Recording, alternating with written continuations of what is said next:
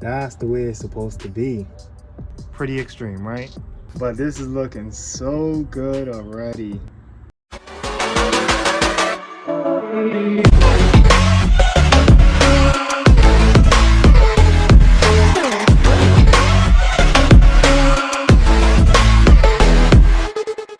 What's up guys, good morning and welcome back to my channel. It's your boy Eddie. Hope you all having a good day today. So in today's episode, we're actually going to be diving into how to replace your front brake pads and rotors on your vehicle. Alright, so now these are standard one piston calipers that are found on most vehicles. So by any chance, if you don't have standard brakes and you have sports brakes like these over here on my 350Z, then I'll have a video coming up for you soon and that will be linked down below. But welcome to my ultimate guide on how to replace your front brake pads and rotors. In case you guys are interested to know, this is for my family SUV, which is a Toyota Rav4.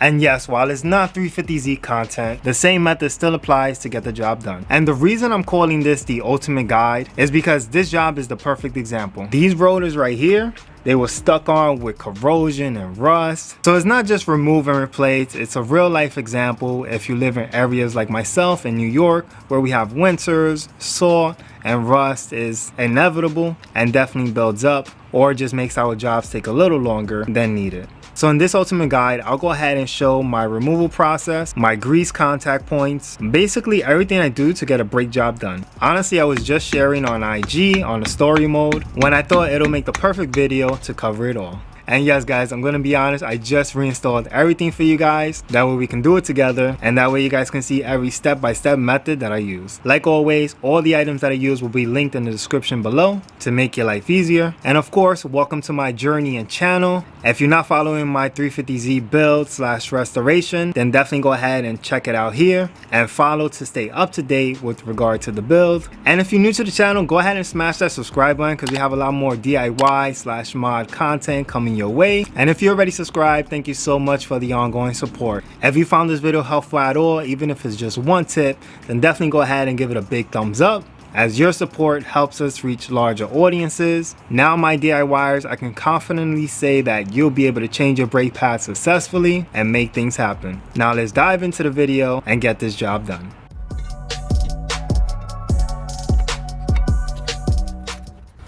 Alright guys, there you have it. So we now just rewind it in time and put everything back together. Now let's go ahead and take it off. Just to make your life easier, I just wanted to let you know that your car may actually have an option where you don't have to jack it up on both sides. You can actually find a mid jacking point on most cars like this Rav4.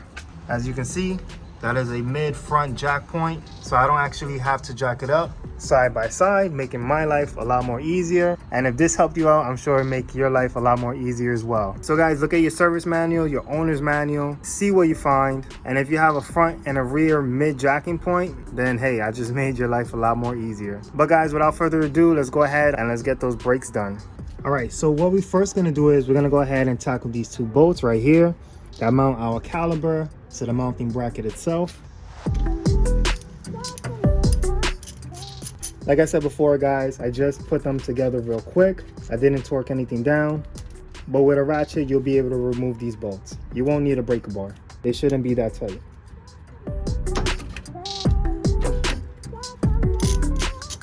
Alright, so now we just removed these two bolts right here. So in the front of the caliper, right here in this opening, what you can do is just grab a flathead and try to get into the rotor. You can rotate your rotor. There you go. That way you can push the piston in a little bit. All right. So as we remove the caliper, go ahead and just grab your jack stand or anything that you can possibly have in order to put your caliper on. What you can also do is get a hanger or any rope and put it around here and then tie it into this opening right here. But I have a jack stand, so I'm gonna go ahead and just sit it right here. So let's take care of that now. Sit it nice and neatly. Make sure you're good. And make sure there's no hard creases in the brake line. So now that we've taken care of that part, we can get back over here, take off the brake pads, and remove the caliper bracket. So here we are up to the brake pads, and as you can see, this one here has a lot more meat than this one. An uneven pad like this is definitely because of these. They're supposed to go in and out, but they're stuck. We'll tackle that later. But for now, let's go ahead, pop this off. And now we can go ahead and tackle these 2 bolts in the back. All right, so these are the 2 bolts that we're gonna tackle, number 1 and number 2. These tie in the bracket to the knuckle, that way it holds it in place. But before we remove these 2, what I like to do on most vehicles is turn the steering wheel. That way we have access and a lot of leverage to work with in order to break them loose. Let me show you an example real quick. So now we're gonna go ahead and grab the breaker bar. We can go ahead, put it on, and as you can see, these bolts are extremely tight. So to push down on this, what's gonna happen is you might either go all the way down, hit your knuckle, or hit your face on this by pushing down, and it could definitely be a disaster, guys. So what I like to do is turn the steering wheel. That way we can have a little more access for this, because even if you tilt this up, let's see if we can tilt this up in here. With as tight as those bolts are, to pull this, you probably pull out your shoulder. Let's make life easier. Let's go inside and turn the steering wheel.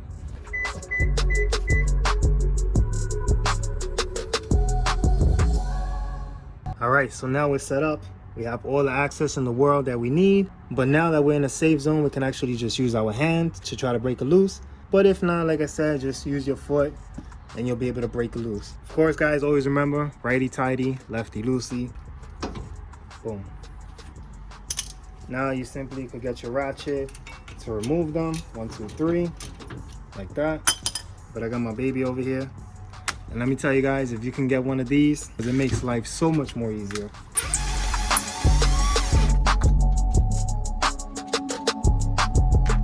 All right, that's off. We can put that aside. Now let's go back inside and straighten out the wheel. So here we are, we're ready to take off the rotor, and it's stuck on. Let's pretend I didn't touch this already. So first thing we actually gonna do is we're gonna go ahead and chip away from the corrosion, any buildup that may be around the hub bearing, as seen in this that I shared on IG. So once you chip away at that all the way around and it's nice and smooth, what I like to use to get the job done quicker is this. I discovered this bad boy a long time ago, and let me tell you, it works like a miracle. When it comes to rust dissolving, this thing is key. And it's gel too, so it really doesn't like spray everywhere. It really is a beauty. But yeah, just let it go on there real quick. I also go ahead and put it into the threads as well, 1 and 2. There's 2 spaces where we can put some bolts in that you're gonna see in a moment. But if you don't have that and you have this, which most of you probably do, this is liquid wrench, penetrating oil. Others have PB blaster, definitely whichever one you decide, WD-40. But what I do is, this is the Q-tip that I used. I put it in there, boom. And I use the Q-tip to put it all the way around, put it around here to apply it as well, around the hub. I let it sit for a few, say 30 minutes or hour has passed, or if even better, you let it sleep overnight. Just grab a little microfiber or a tissue, a little flathead, and just put it in there just to clean out the threads. That way it makes your life easier. Then we're gonna grab our bolts. These are M8 by 1.25, and we're gonna insert them. All right, so once you get 1 or 2 turns, I'm able to turn it a lot more because as you guys seen, I've already done it. I'll show you a clip real quick.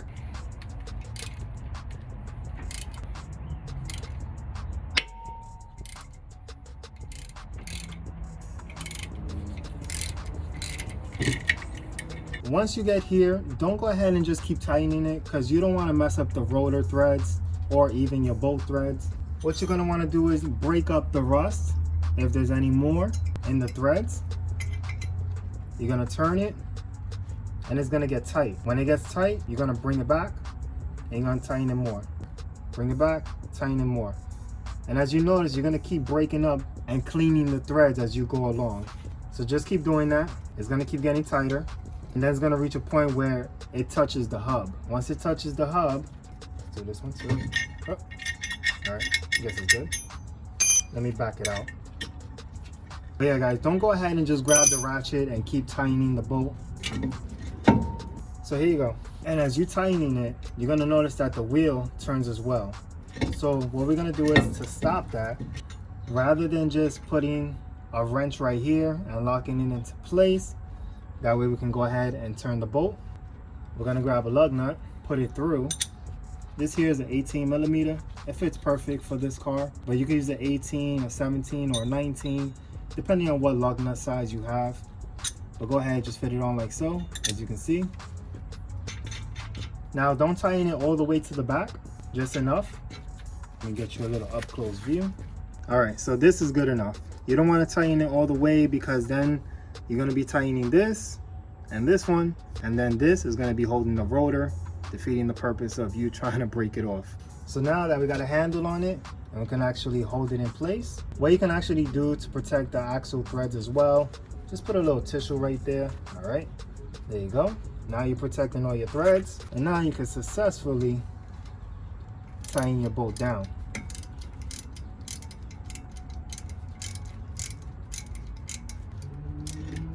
Boom, and there you go, you broke it off. Now before anything, just go ahead and just take off your bolts. Then we can go ahead and take our lug nut off. Good. And then you can successfully remove your rotor. Ah, finally made it. The beautiful hub bearing is here. So what you can do from here on out is go ahead and just sand it. You can get a little wire brush, a little stainless steel one. You know, just clean it up like so. Make sure it's a nice smooth surface.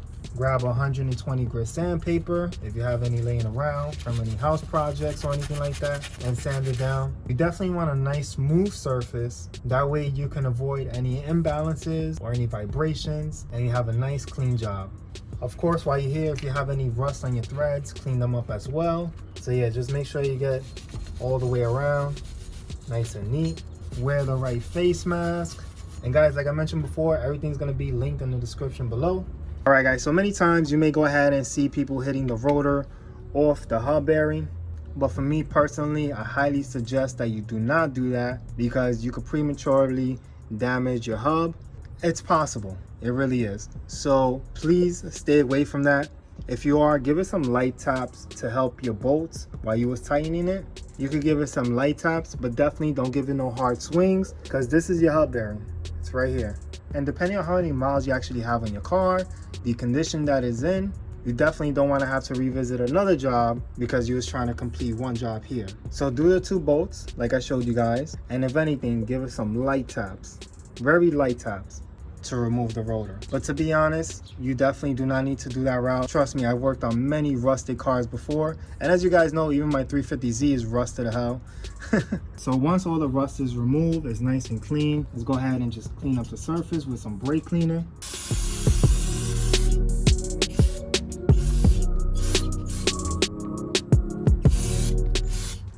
And yes, I like to put a cardboard and a tissue, that way you don't splatter everywhere. So after giving it a minute or 2 of drying, let's go ahead and grab our rag, remove it out of here, that way we don't smell the brake fluid no more. So here you have a few options. You can definitely use your brake caliper grease, but I have this waterproof grease, corrosion resistant grease. So let's go ahead and just add some of that here.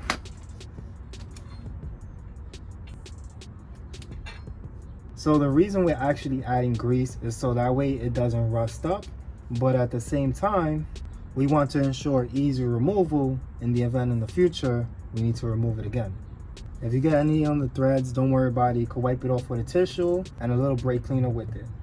All right, and we're all greased up. Everything's looking nice. All the threads are nice and cleaned off. Now we can actually go ahead, look at our old rotor and appreciate the new one. As you guys know, I love Power Stop. Power Stop has always been my go-to, and as you guys see in my previous video for my 350Z brakes, they're Power Stop as well. Of course, if you live in a high rust area like myself, as I mentioned before, definitely get a coated model.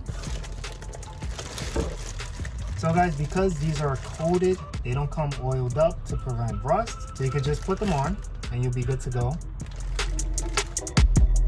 All right, so let's go ahead and grab some clean tissue, that we can grab it and put it on.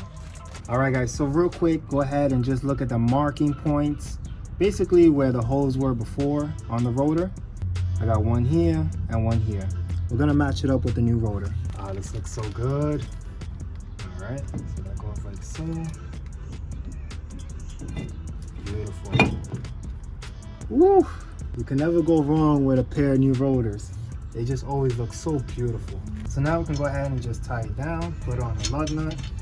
That way it doesn't wiggle everywhere. All right, so now we're gonna go ahead and remove these pins here, these floating pins. Just go ahead and break them up. Make sure the rubber's okay. Oh, look at all that falling out. You guys saw that? Just go ahead, just move it back and forth. Okay? Don't damage the rubber here. Pull it back. What you're doing right now is just breaking it up inside, and it'll start to come out little by little. And yes, guys, it's gonna take some effort. It's not 1, 2, 3. Same thing with this one.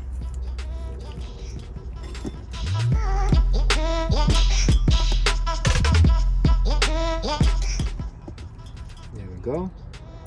So let's go ahead, take this off. Perfect. And let's do this one now. I'm just pulling it back and pulling it out little by little. There you go. Perfect. So now I'll just grab a clean tissue. I'm going to take off my glove for this one. Clean it upside down. That way nothing falls inside. So try not to remove the boot unless it comes out by itself, because sometimes you can definitely damage it by removing it. So just try to avoid that if you could. So there you go, nice and clean. Now we can grab the grease. Let's go ahead, let's put some inside.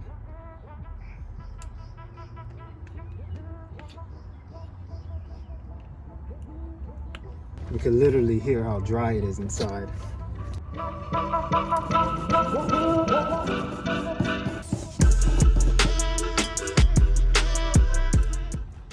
Beautiful. So now we can go ahead and grease this one up. I just went ahead and broke up any loose rust that's over here.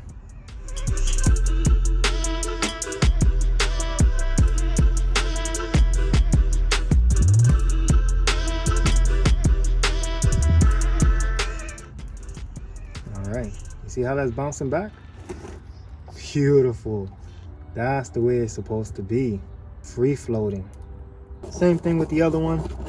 Let's go ahead and just sand it down real quick. Break up any loose rust. Grab a new towel. Clean off all the old grease.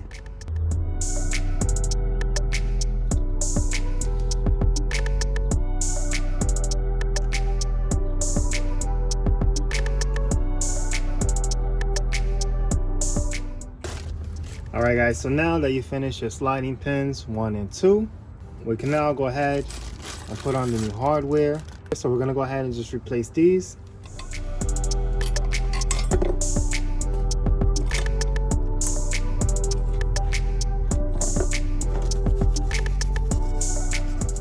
All right, guys, so now that we removed all 4, we're gonna go ahead and get some clean tissue, spray it down with some brake cleaner, and just work our way in, just to give it a little cleaning.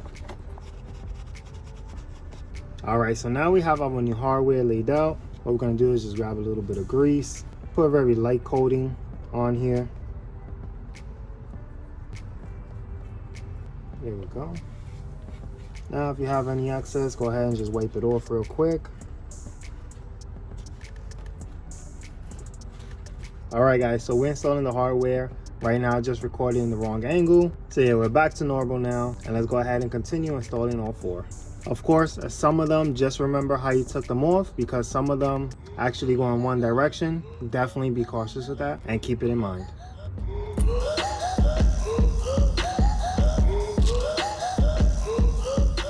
All right, so as you put in your hardware, go ahead, just make sure everything's nice and flush, like so. Make sure you're good. Now we can go ahead and put a little light coating on this side. So let's go ahead and do that now. And this is just a little light coating. You don't want to go too heavy, because then it'll spill onto the rotor. All right, perfect. Just a little light coating, not too much. Okay, so here we are, we're about to install our mounting bracket right here. But first, let's go ahead and grab our bolts. Let's put some blue Loctite on them. That way they're ready to go when we put our mounting bracket on.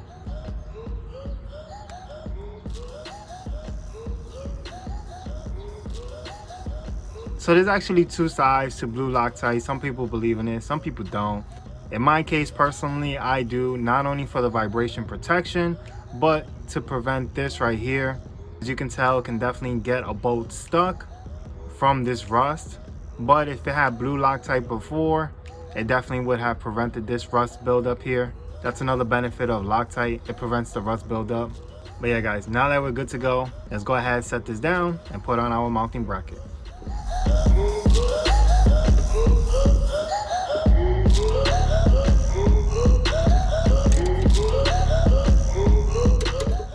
Alright guys, so now that we got these two bolts hand tightened, we're going to go ahead and torque them down to spec. Grab your torque wrench and set it. Of course, I have the Rav4 that I'm working on right now, so I have the torque specs available. I'll go ahead and put that in the description below, along with the 350Z, as I have those two available immediately. But depending on your vehicle, as they're all different, follow your service manual and torque them down to spec. So guys, let's go ahead and torque these down.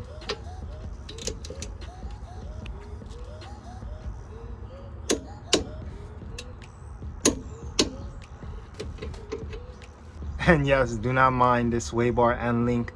I'm doing the entire suspension in the front as well. And I just got these parts in, so I'm going to be replacing this. So now let's go ahead and get the brake pads and slide them in. Here are beautiful new brake pads. Definitely a beauty to look at, just like the Rotors. And just to compare what we were working with, what was on the car, that is the difference right there. Pretty extreme, right? There's definitely going to be an improvement in braking power right there. This video is not sponsored, but guys, Duralast Gold, definitely worth getting. They have a lifetime warranty, so whenever they go bad, of course, naturally you can just return it. 1, 2, 3, and you don't ever have to worry about getting brake pads again. And honestly, I've been using them for so long that they're definitely a staple on all my cars and one of my top recommended products. All right, so let's go ahead and grease up these brake pads. Let's not forget to do this side where it glides. A little light coating, once again, not too much. All right, so now that we greased all the contact points all the way around, now let's go ahead and install them. All right, so now that you got it in position, we can go ahead and slide it in nice and neat, nice and evenly. Perfect.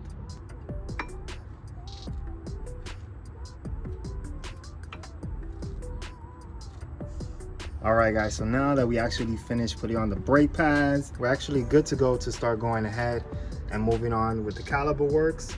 But before we go ahead and push that in, let's just come up here to the brake fluid reservoir. Let's just loosen the cap a little bit. All right, like so. We're gonna monitor this as well because we don't know if they filled it up while the brakes were low. So if we pushing the piston in and the brake fluid starts to rise and kind of overfill, we'll be able to catch it. So now that we're good over here, let's go ahead and work on the caliper. So here we are. Let's go ahead and grab our caliper. All right. Now we can grab our clamp and push the piston in. So once we get to a point where we got the pressure on, we can focus on centering it and making it right, pushing it in properly.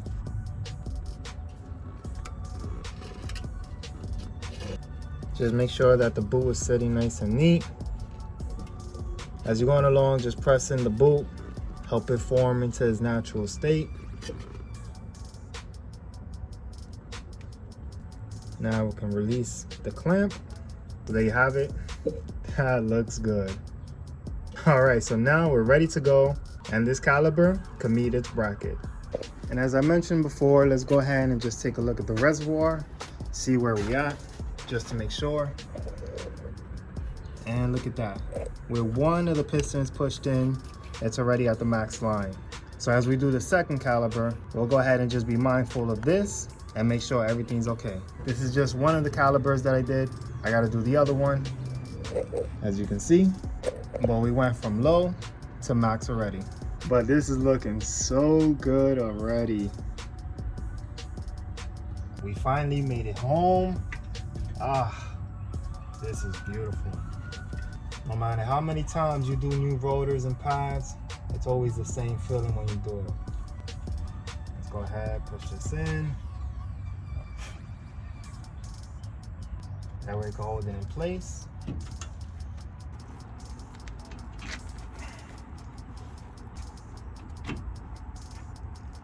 Perfect. All right. So now, same thing as before. Let's throw some Loctite on here. Put that in. And same thing for the top. Let's just take this one back out. So yeah guys, just in case you come across this where one of the pins you have to push in a little more and it's giving you a little bit of a hard time, just make your life easier. Put one bolt in, whichever pin goes in first, and a lot easier, and then that'll allow you to work whichever side you need to. In my case, it was the bottom one, without having to worry about it constantly shifting the caliper. There you go. We're now home. Let's go ahead and just tighten these by hand real quick. 1 and 2. Switch over to the torque wrench. 1, 2. All right, so now let's go over some final tips. First, let's go ahead and remove any stickers that may be on the rotor. All right, that's good.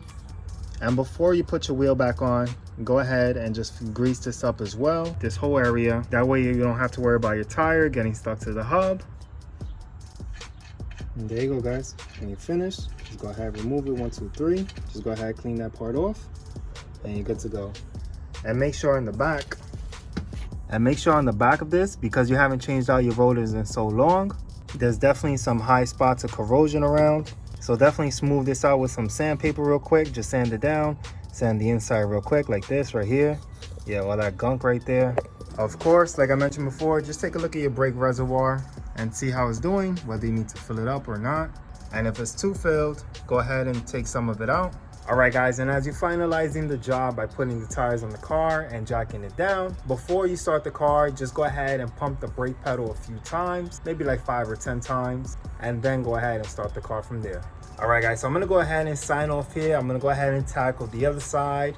I hope you enjoyed this video. If you did find it helpful, definitely give it a big thumbs up. And like I said before, if you're new to the channel, definitely consider smashing that subscribe button, because we have a lot more DIY and mod content coming your way. And for the most recent updates on the build, definitely go ahead and follow me here on IG. If you have any questions or comments, definitely drop them down below. For everything used in the video and any recommendations, definitely follow the links in the description below. And like always guys, think for the future, enjoy your present, and don't focus too much on the past. Peace.